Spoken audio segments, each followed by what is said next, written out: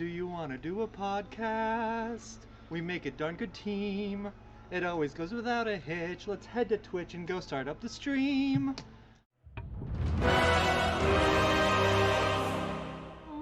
Do you want to do a podcast? It's the Nerd Glasses Podcast. Let's start now. Hi everyone and welcome to the Nerd Glasses Podcast. Come? All right, I'll do my own bits myself. Oh wait, no silence. We're doing it. Get off the road.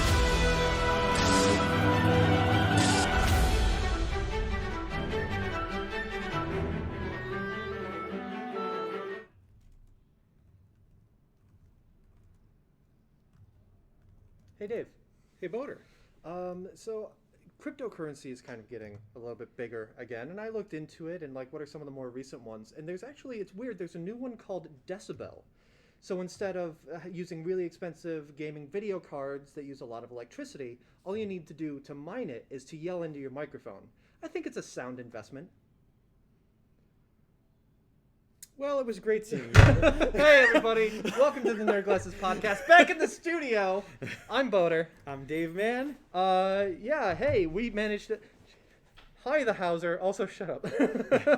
Nor rain, nor snow, nor anything else can stop the Nerd Glasses every week. Thank you very much, Vladdy, for stepping in for me last week when I was away, and Boater, as always, for continuing on to bring our brand of weird and strange here at Insane Games TV. I left my backdrop up at home just in case, but fortunately I didn't need it this time.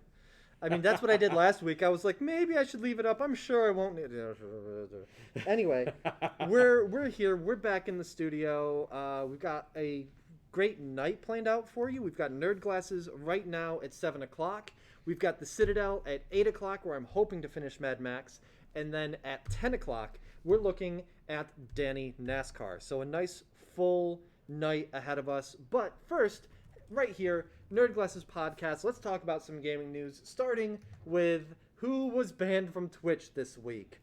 And that was a streamer named Clicks.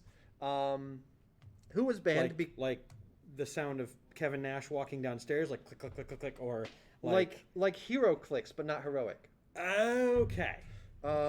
Is Hero Clicks still a thing? It actually is. Okay, cool. Not that I have a lot of them. Don't tell my wife.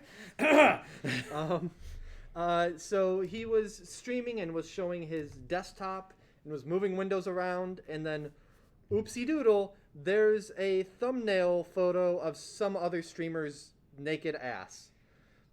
It's on screen for a second. He quickly flustered, got it off the screen, closed it, whatever. It was enough. He has been indefinitely banned. Twitch has a zero tolerance for nudity, unless you're someone with an OnlyFans, in which case you only get 3 days. I mean, repeat offenders and why waste the effort on some of the folks, but youch. And especially, we've talked about numerous people... Intent, but also numerous people have had these snafus of like, hey, just don't show people that stuff and they won't see it. Yeah. Yeah. But clear your browser history, close some tabs. Yeah, like, I never go live without making sure that the windows open on my desktop, the title's visible in the taskbar. Yeah. I make sure my fly is zipped up, even if I'm going to be sitting the entire time. Like, is Boater wearing pants today? You'll find out on the Citadel. If I'm wearing pants, I make sure my fly is zipped up. If I'm not, I'm wearing pajama pants. Like, I'm paranoid. I make sure the stuff is set. I certainly don't have a thumbnail of some other streamer's asshole open on my desktop somewhere. Just saying. So, indefinitely banned, and we'll see if he manages to make a return. We've also mentioned before, like, the whole intent. He obviously didn't mean to do that. This was, like, the thing with the horse porn, whatever. But, like, you know, it wasn't something that he meant to do. Whereas, like, if it's a hot girl that does it, then Twitch is a lot more lenient, and they still need to work on consistency. Public perception per streamer, depending on physical appearance and perception of them.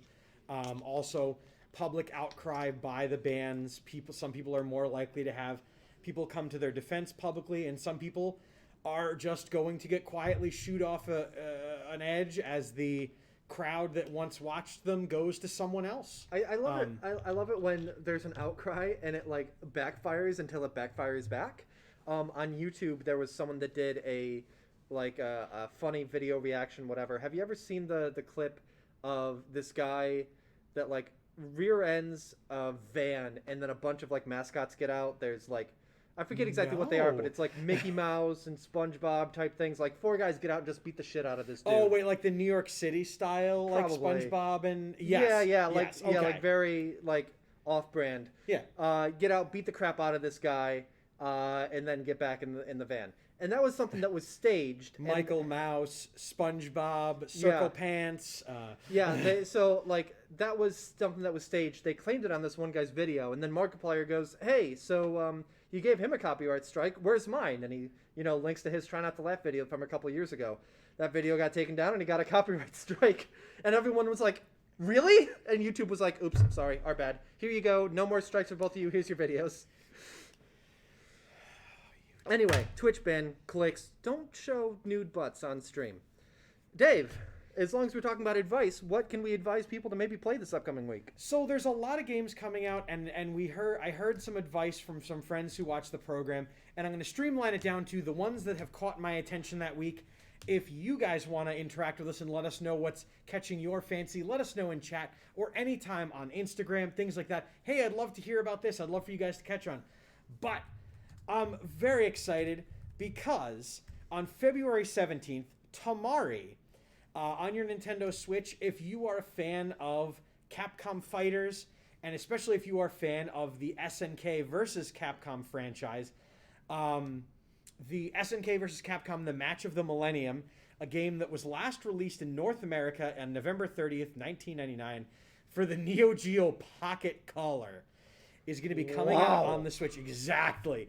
Ironically enough, I did play that game because a friend of mine had a Neo Geo, and we were on a 4-hour bus ride, and he got bored and then fell asleep, and then it was my turn to play. But simple side-scrolling beat 'em up. Lots of interesting characters from a lot of different SNK and Capcom franchises. I'm gonna look out for it. I might even get it. Probably won't ever stream it because graphically it's not very interesting, but a pretty fun fighter if you're looking for it. Okay. Also looking forward to a game coming out non-traditional style for the Nintendo Switch. It's a big week for the Switch. Yeah. Big month for the Switch actually, but yeah, it kind of has been with the new Mario game and everything. But Thomas Was Alone, Boater, a game I know. Have you played that one? No, I haven't. Okay. Sounds arty. Indie puzzle platformer, exactly. It sounds arty. It is arty as you can get, and it is coming. It has been out on PlayStation 4, the Xbox One, Android, iOS this since is how 2014. you can tell I'm old in video games. You say indie puzzle platformer, and I still think like Braid. I mean, I want to play Braid again. Yeah. Anyway, Thomas Was Alone. On the 19th, that game will be hitting. It is full art house narration. To go into it is very interesting. What I suggest is you Google it at home. If the title Thomas Was Alone catches your attention, it likely will. So it's a game that's like, I could talk about it, but it would take half the show, and we have a lot of topics. Yes. Okay. Check it out. It's one of those art house games where it's like by the end, no matter how hard I explain it, it's still going to come out as, one of those. Yeah, that's a really good way to describe it. And next Tuesday, releasing, make sure to get your pre-orders now, Persona 5 Strikers will be coming out on the Switch and the PlayStation 4 and for Microsoft Windows. People in Japan have already had it, but we are now going to be getting it. Interesting. Looking greatly forward to it. Let's scroll down just a bit, if you please. Cool. Okay. Interesting. Yeah. Once again, another in the long line from Atlas Studios and the Persona franchise. It's not a good jumping point to get into it now. Yeah. Persona 5 could, but not the Persona 5 alt titles.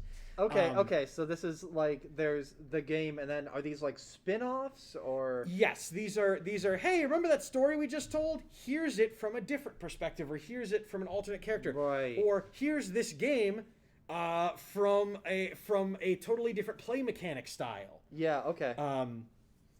So there's that, but for the next 2 weeks, those are kind of the games that caught my attention coming out, and I'm looking greatly forward to seeing what the industry churns out.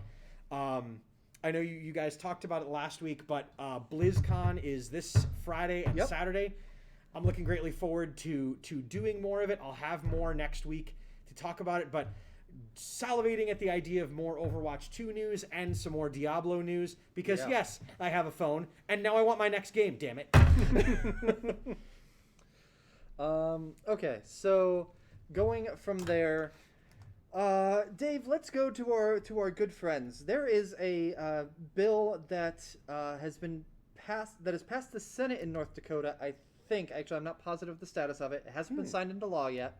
Senate Bill 2333 to prevent distributors on digital platforms like, say, the Apple App Store or Google Play from forcing distribution through their storefronts or exclusively use their payment systems, and to prevent them from punishing developers who choose other distribution or payment methods. Something that was very obviously the work of the newly hired stable of lobbyists on behalf of the Coalition for App Fairness. And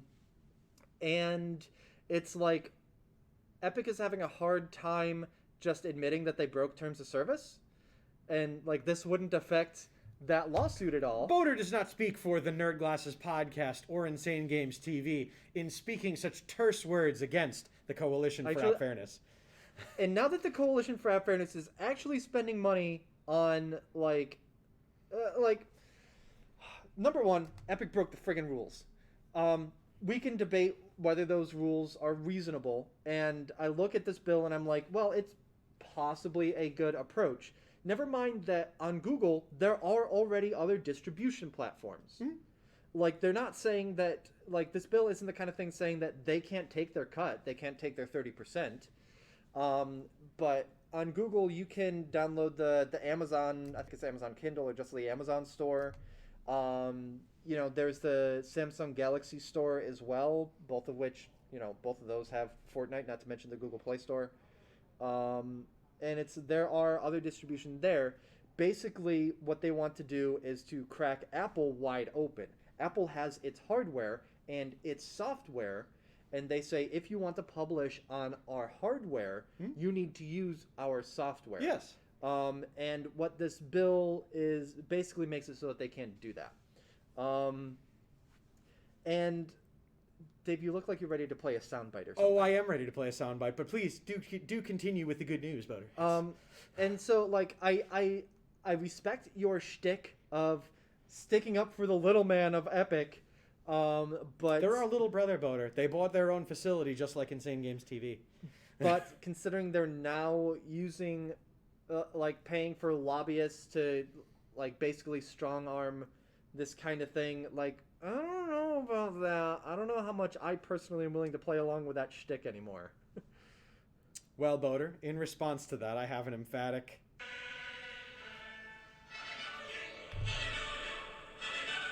Ah! Those bastards at Apple are finally getting what's coming to them. How dare they come up with clearly written out terms of service? How dare they restrict people from being able to shovel wares onto their stores and hoodwink people from getting stuck with crap that they don't want or didn't even feel advertised to. Finally, the United States government is stepping in exactly where their nose belongs, in everyone's business. Epic Games, Insane Games TV's little brother, will finally get the due justice we have been fighting for. I look greatly forward to our victory speeches after 6 years from now, when this inevitably becomes a thing, or when we wind up filibustering it in public and things. I think that absolutely Epic deserves to lose their lawsuit against Apple because they broke that terms of service. But I don't yet have a strong opinion on whether they should be able to force Apple to open up their platform to other software. I think that they have a really argument for not doing so, because let's say that you have an Amazon Kindle you don't expect to be able to put any old program on that, side-loaded or through another distributor, whatever. You don't work in retail anymore, but Reasonable people should not. Why can't I play my Mario on my Xbox? That's exactly it. That's exactly it. Like, are they going to force the PlayStation Store to open up on the Xbox Series X? Oh my god, imagine the chaos. It's unreasonable, I think, when you look at it with that analogy. So, yeah, I don't know about this bill. It's interesting, but when you start comparing it to other related industries, it starts to kind of fall apart. And as Shani Lang put in chat there, some hype, I am looking greatly forward to seeing how this unfolds, considering that we have weekly segments on legal heretofore wherewithal, and we haven't had about the actual legal case. It goes to court in May. We have 3 more months of posturing. 3 more glorious months until a decision is made, and then we'll either be right or we'll claim the system cheated us. That hits a little close to home. That's topical tap dance for you. Jesus. I am looking greatly forward to hearing about that. Boater, you know who else is going to court very soon? I have answers, but go ahead and tell me. Last week, we talked about how 2 weeks ago, excuse me, we talked about how Nintendo was getting called for Joy-Con drifting. Yep. And now, domestically in the United States, Sony, multiple law firms have filed against Sony. I did mention that last week. I don't know if I mentioned the lawsuit angle, but I did mention that last week. That is they were getting in trouble for the drift. Now they officially moved into papers were served, lawyers are being gathered, money is being piled to be burned, and Sony has to answer for the fact that documents were revealed that Sony may or may not have known that a lot of the consoles were going to have some drifty issues and are not as easily fixed as Nintendo's very earnest, the solder's here and it's supposed to be here. We can fix that. Sony, this is your 5th major generation of controllers. You know how analog sticks work by now. Sony has yet to officially respond, but as we all know in life, silence is not an answer. It is merely an absence of action, and that's not a good thing in 2021 when the news will just run straight away from you. I'm looking greatly forward to seeing what Sony responds to it with. Mm-hmm. If you have a DualSense controller or a Joy-Con that does have drift, you can contact. There are official channels. They are fixing them free of charge to you. However, a system without a controller isn't a system. It doesn't work. So Sony has issued a way to send your DualSense in? Okay, yes. Cool. They have already. However, now that they are being called on the carpet for... Once again, like every console generation, if you buy the day one editions, you're going to get what you're going to get. Yeah. I think we recommended that. I think we recommended don't get a console out the gate. Don't get it for this holiday season. Get it for next one. Holiday 2021, hardware stuff will be ironed out. Availability will be ironed out. And don't buy it on Facebook Marketplace for double its sales value. There was an article going around last week about how much this guy that led a ring of scalpers, how much he felt victimized by the negative media around scalping, about buying. He's like, we're just redistributing goods like, he used some other thing, but I'll say like Stewart's buying from dairy farmers and distributing it to the whatever. No, what you're doing is going into Stewart's, buying all the milk, setting up shop outside the Stewart's and selling it for $20 a gallon. That's different than regular distribution. Yeah. Just like so many people, that article especially, I opened it. We got so much negative media attention. Maybe because you're a dick. And I read all those many people that are like, I'm a victim and I don't like this. Play stupid games, win stupid prizes. You know who else likes to play the victim card? People who bought all the Pokemon cards out of the Happy Meals. That also happened. That's not what I was going for. Did you have anything else to add about that? Or is that like, yeah, they had a limited availability of the Pokemon card for Happy Meal thing. McDonald's has acknowledged that mistakes were made. Boxes of the toys should not have been sold outright to people. Yep. And they will, of course, look into it. That's their official statement. If you are a Pokemon card collector, to be honest, I looked into the set. There are 32 of them, and unless you have a holographic Pikachu, which is $200, by the way, ungraded, you're not looking at any value for any. There's no other card of significant value. So they're gonna buy so many looking for that specific card. Like, don't do that. Don't do stuff that is, oh well, it's meant for kids, and then have some sort of rarity value. Like, put cheap ass Hot Wheels in there and call it a fucking day. AKA they don't give a shit and they give a generic response. Exactly, yeah. Demon Dragon. No. McDonald's is... I can't even shill for them because they don't care. This happens every time they have a big toy release. Mm-hmm. I don't remember. I remember that the Beanie Babies thing was a big deal. I don't know how the rarity worked with that one. Oh, Beanie Babies! Remember people killing each other for those? Dave, how many Beanie Babies do you own? And Tamagotchis? None. Okay. None. There are a bunch at my parents' place that are still nominally mine. None that were like worth anything, but you know. No, so going back to my attempted segue, people who play the victim card, and that's Gina Carano. Who? An MMA fighter that has been well known recently for being in The Mandalorian. And let's see, she was also in the first Deadpool movie. She's been in a few things. And she goes... I think I have ever heard that name before. I'm surprised you didn't hear this news.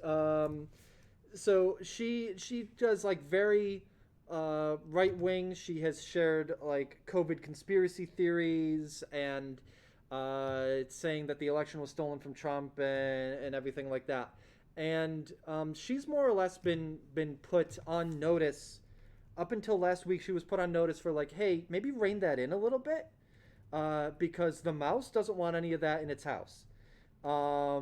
And so she reposted on Instagram something that basically said that cancel culture, where people are trying to silence her for her views, is akin to being a Jew in Nazi Germany. And the House of Mouse said, well, that's it, you're done. So yeah, play stupid games, win stupid prizes. So she is no longer going to be in The Mandalorian going forward. One of the new Star Wars properties that was announced was I think it was Rangers of the New Republic, that would have, for some reason I'm blanking on her character's name in Mandalorian, but that probably would have heavily featured that, because in season 2 she's like, oh yeah, I'm a ranger now. And for that reason, I wasn't that excited for Rangers of the New Republic, because I wasn't a fan of her personally. And now, okay, cool. Well, Cara Dune says Demon Dragon. Yes, Cara Dune. And now, like, she is not going to be involved in it all. And I'm like, oh, cool, I can be excited about that again. So a very good example of play stupid games, win stupid prizes. And also, hey, you know, when you work for somebody else... You reflect on them. You reflect on them, and they will then turn around if you don't reflect what they would like you to reflect. A la if Boder and I started doing things very inappropriately, or if perceived by someone as inappropriate, we would get told, hey, stop that. And if we then continue to do that thing, whatever it may be, because I don't really know much about this story other than what I've just heard from my co-host here, but...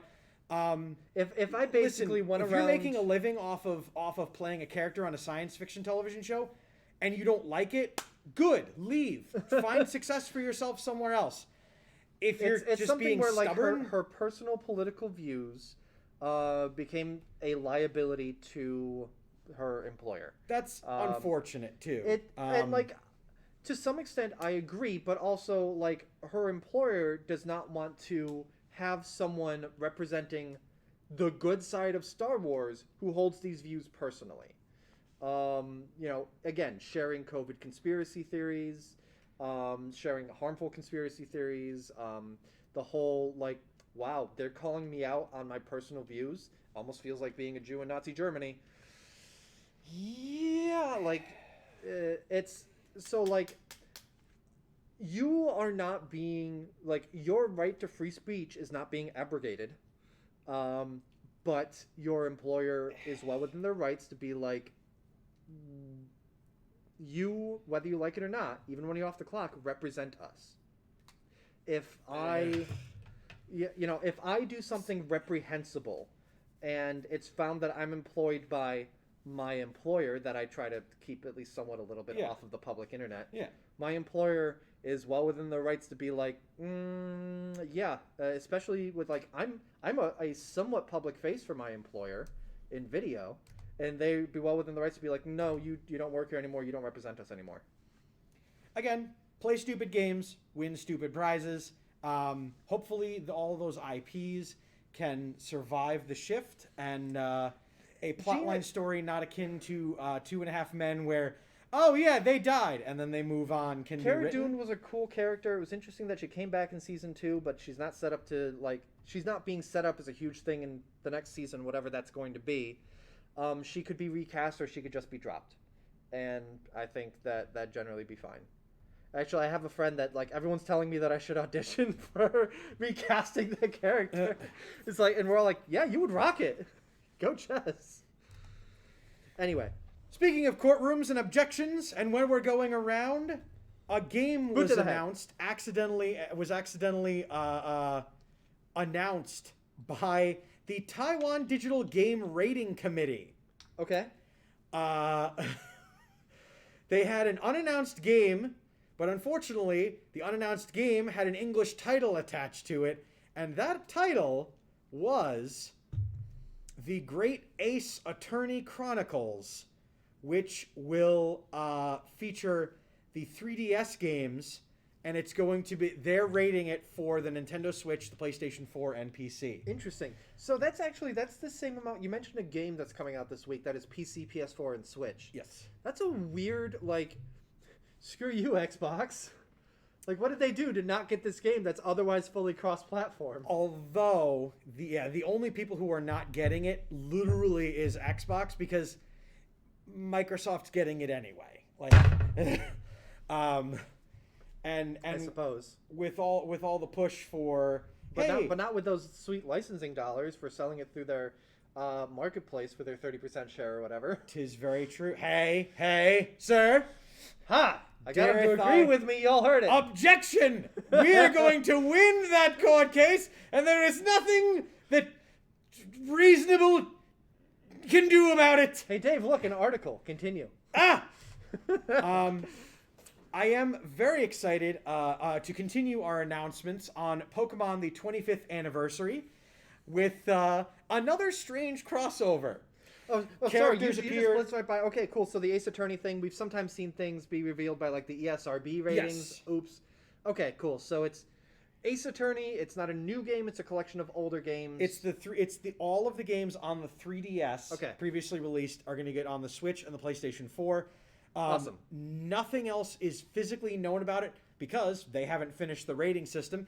And so the game... Maybe Xbox will get it. Who knows? It just hasn't been rated yet. Well, it's just that they're going to rate it so that they can figure out, do we have to tweak things? We have to put things in, take things out. And then they can put it a market date, release date on It's like in movies where it's like, that gets an R rating. What if I take out this F-bomb? All right, cool. There's your PG-13. Yeah, how do we get PG-13? What two bleeps can we remove? And then what scene do you want out so that we can lower this? I don't want to see that wiener. All right, cool. Fine. Exactly. Take out that streamer's butt. Don't show your butt on stream. Just don't do it. Anyway, Pokemon. Very excited to continue announcements. No, more people aren't filling their pockets with they are filling their pockets with Pokemon cards, but Nintendo is getting ahead of this craze of having big named musical acts featured on their platforms and in their games. Roblox had a concert. Yep. Fortnite had a concert, and now Pokemon Coliseum has a concert. Is going to be having a concert featuring one very interestingly digital Post Malone. Okay. What do you mean by interestingly digital? They have already shown what his digital avatar looks like. That is going to be part and parcel of the performance, whether or not it is going to be a full avatar performance of Post Malone, or if they are going to, from what I'm getting from it, it's a video of Post Malone himself walking up to these doors, a la a lot of other Pokemon games. Yep. The Coliseum doors open, and Post Malone transforms into a digital avatar of himself that looks much like many of the other Pokemon characters, trainers, gym leaders. Yeah. And I am very excited to see that if they will then just have digital Post Malone with Pokemon characters of young and old. Yeah. He gets eaten by a Gyarados, if they could, they really could. They had Samuel L. Jackson at the Super Bowl getting eaten by a shark. Okay. It was great. I don't know about you guys, but I like this crossover of mainstream music and these other mainstream intellectual properties. It reminds me a lot of when Michael Jackson did the music for a Sonic game, when Prince worked with many different production companies to do lots of different soundtracks and things like that. Yeah. David Bowie getting into a PlayStation 1 game and then literally going, well, I could do the music, but I could also act in it, and I could also write part of it. And they were like, great. And then, yeah, that's cool. Like, this is neat because this is like an event. And I wonder if like it could potentially lead to more going forward from there, that if like he would be involved in, again, whether it's soundtrack or, just like an appearance of the digital avatar in the game now. So that concert's going to be February 27th. Okay. At 7 p.m. Eastern Standard Time. And how does one watch the concert? It's going to be on YouTube and Twitch. Pokemon does have So it's not like an in-game concert. No. Pokemon... Nintendo's digital lobbies would absolutely rip themselves into two pieces if even a quarter of the people who have shown up for any of these other digital concerts tried to attend the show. Yeah. It would destroy Nintendo's network. And I'm looking greatly for it. Thank you very much. I love Hello Kitty for the lurk. And again, the more of these mainstream connections we can get for gaming, bringing gaming to more people, making it more accessible, and to be honest, getting some of these public figures, one way or another, into these games in a comfortable way, instead of, hey, that person's model after this person. No, it's literally that person. Yeah. Yeah. Cool. Looking at you, Fortnite, stealing people's IPs. So I'm going to circle things back to Twitch for a moment while people are watching that. We talked on and off over the past month of Pogchamp. How that emote was based off of an actual streamer. That streamer did stuff that, again, said things that were reprehensible enough that Twitch dropped them and dropped his image. And they tried to do a rotating series of, well, we're going to feature a different streamer, we're going to do a different picture, whatever. Yeah, and we talked a couple weeks ago about how that was going. Yeah, so Twitch has now settled on a new permanent Pogchamp emote. This is one that was one that came up in the rotating one, and it is what was formerly known as Komodo Hype. And it's a lizard with the open mouth excitement that the emote face normally had. And actually, because of course it does, this emote has history of already kind of in some circles being used instead of Pogchamp because of people disapproving of that streamer. So people would use this, and it was like a war, and racism was probably involved in some place, because it usually is when emotes start to get thrown around. But anyway, like the emote formerly known as Komodo Hype is now the new Pogchamp, and frankly, I couldn't be happier. It has always weirded me out that there are actual human photographic faces for emotes. You mean like if I subscribe here at Insane Games TV, I can get Mike face and Dave face? It does weird me out just a little bit, but that's stuff that you would use more or less just on this channel. I'm talking like Kappa, who doesn't work for Twitch, was a founding member of Justin TV, but doesn't work for it anymore. They still use his image. What's the name of the guy who's the LUL one? Like, he's a streamer that isn't all that active, but if you type all caps LUL... Oh, I have no idea who that face is. Yeah, like, it's a person that is now, has all the baggage of the emo. It has always weirded me the hell out. And so for it to be just a lizard face, I love it. I want more of that. And I want more of, like, the cartoony animated ones. Illustrated ones. I view it from the standpoint of I didn't know about Justin TV until one day when I decided I'm going to look up what the hell that is. And seeing these different people who have set metrics and gotten Twitch's attention thus far being added as faces, I think that's really cool. And I'm really excited to, like, for example, a streamer that Mike and I are big fans of is Swiftor, and he has one that even if you don't even follow him, it's Swiftor Rage, and it's him yelling. I'd counter you with, I think it's really cool that they're putting a stamp on their history. Hopefully the gentlemen people who are no longer employed by Twitch and things like that have some sort of protections for themselves, but I like it.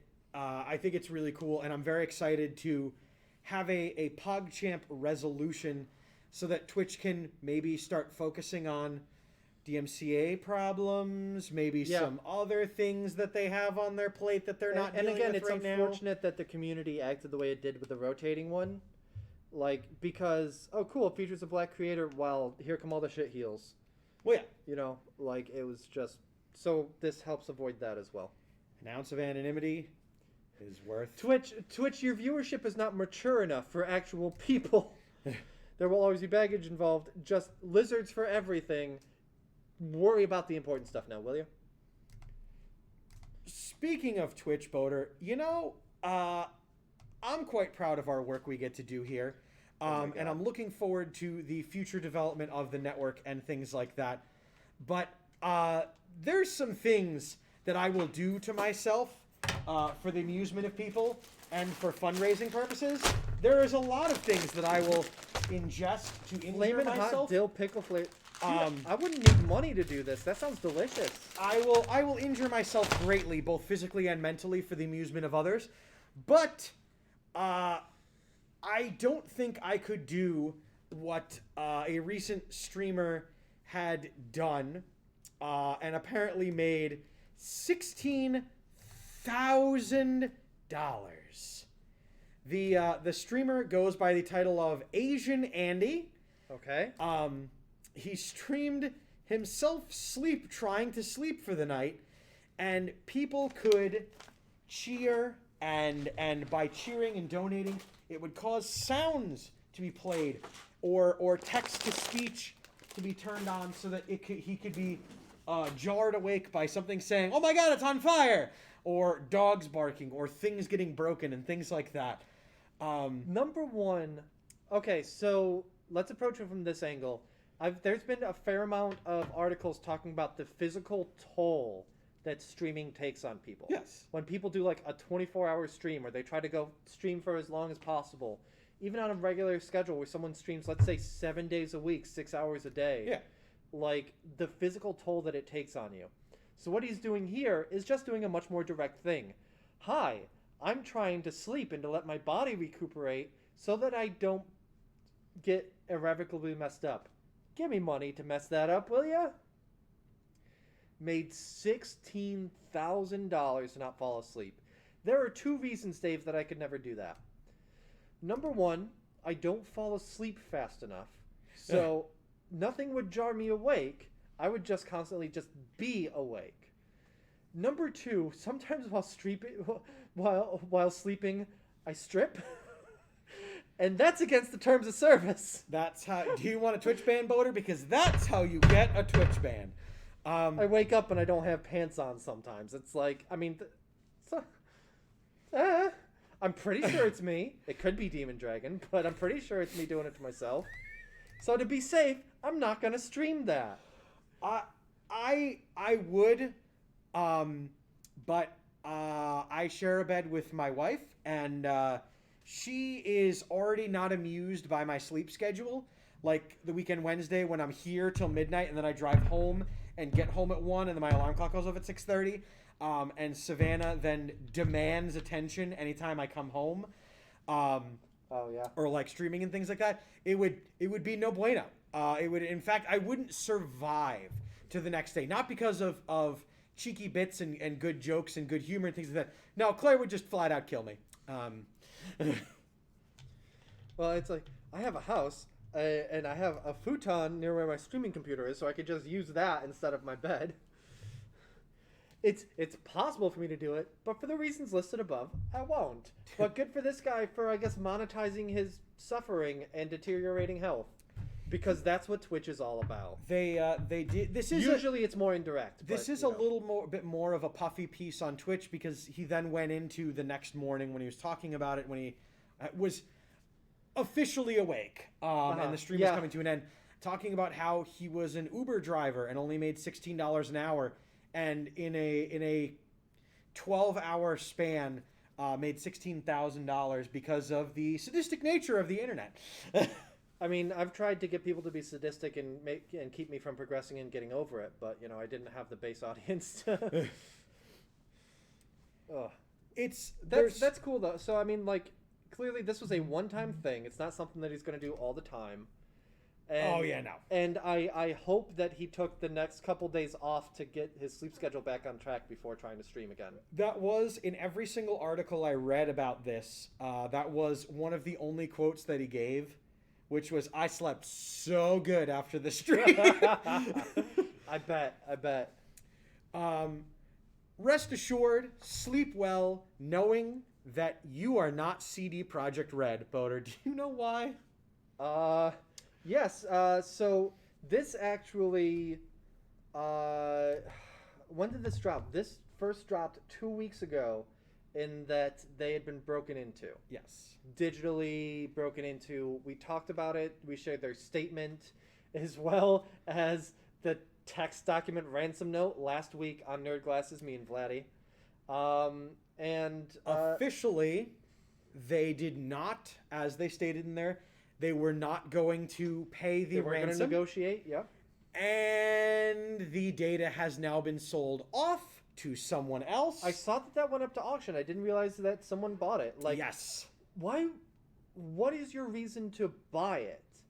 Like, you're not going to release the game yourself. You're not going to release that unreleased game yourself. You can put it out there on, like, GitHub or something to be like, look, everybody, this is what it looks like. But you're making no money. It's going to get traced back to you. You're going to get arrested. You can't release any of that without people knowing exactly what it is. Yep. And you can't... I mean, you could turn around and try to sell it again. What was the price? How much did they pay for that? So, the...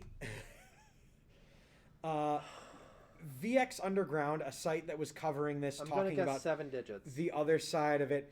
The single-digit million. They were asking for a starting bid of $1 million and a minimum offer increase of $500,000, or the option to purchase immedately for $7 million. Buy it now! Unfortunately, it appears that whatever sum of money was not officially released.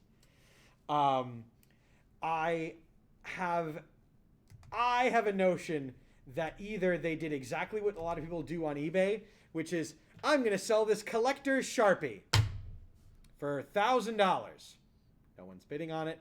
No one's bidding on it. I'll slip you $2. Yeah. Like but I have a feeling what can you do with it when you've bought it except try to sell it again and you know that the market's not great for it? It because of the data that it was, which was a lot of old data from the Witcher franchises up to... Actually, as we covered, it also does have personnel information, so you can probably sell people's personal information for identity theft. The Witcher 3 thing's not so valuable. You can't really flip those assets. Well, you can actually flip those assets, because what are they going to do? Tag you on it? You've already got the money and you're already left with it. But the personnel information is definitely going to fetch the prettiest Yeah, pennies. that's honestly, that's probably what it is. 2021, still not your year, CD Projekt Red. Let's hope for better skies for you next year.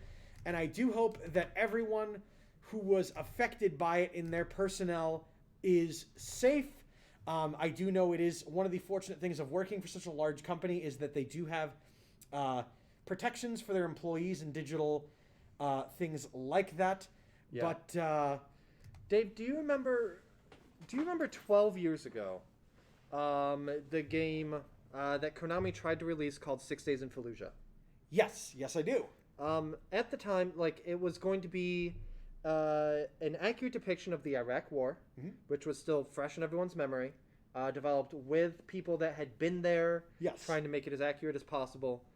And they said at the time that they were not trying to be political with it.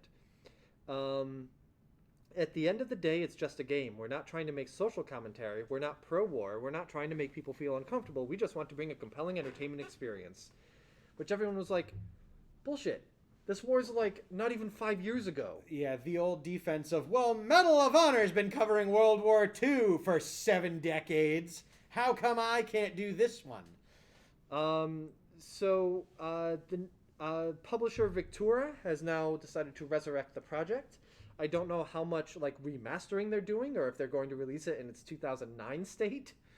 I mean, we're getting a remaster of a 2007 game this year in the form of Mass Effect Legendary Edition, so maybe they're just spending a lot of time to spit and polish and get it up there.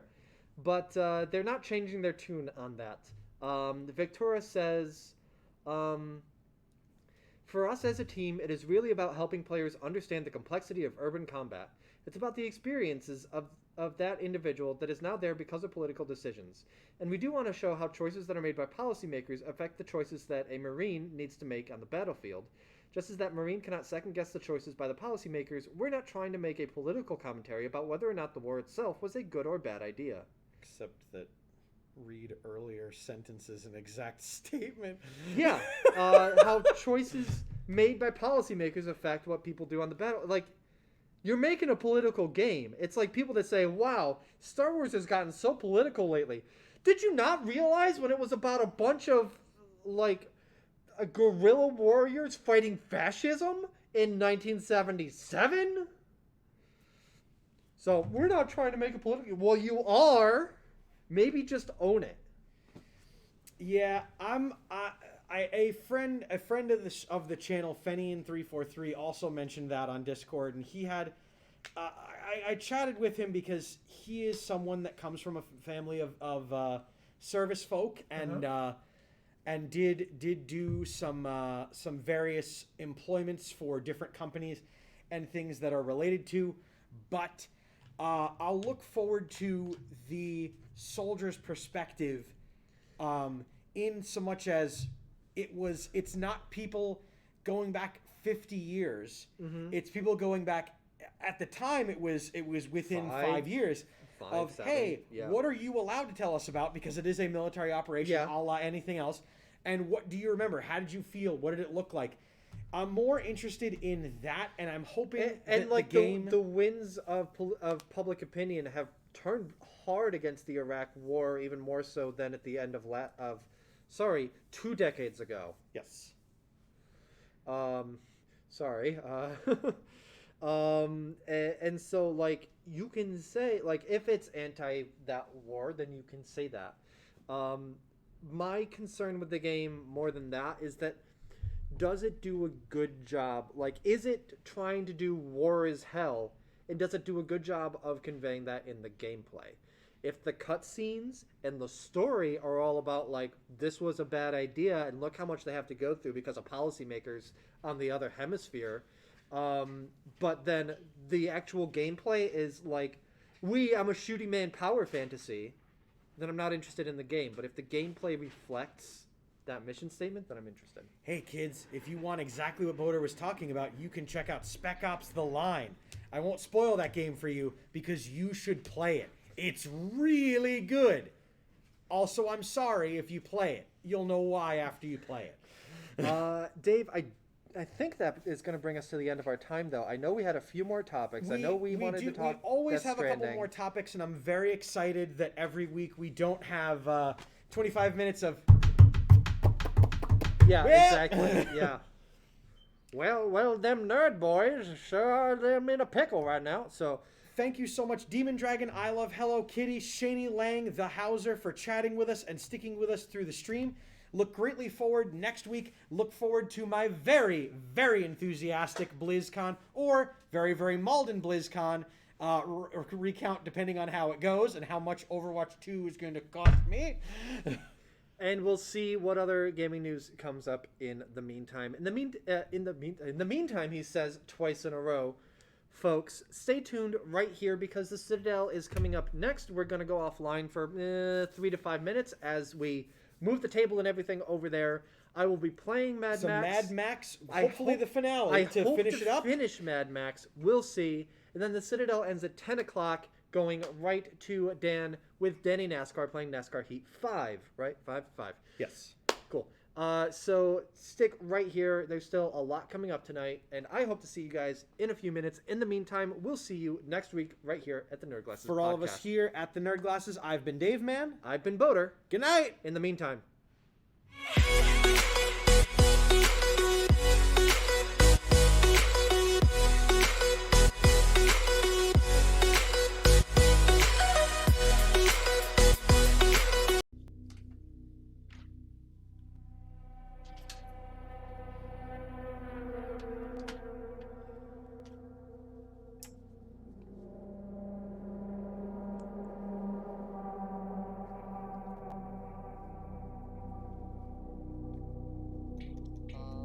So yeah, let me know if you'll be playing that game. I'll let you know by 9:30. Cool.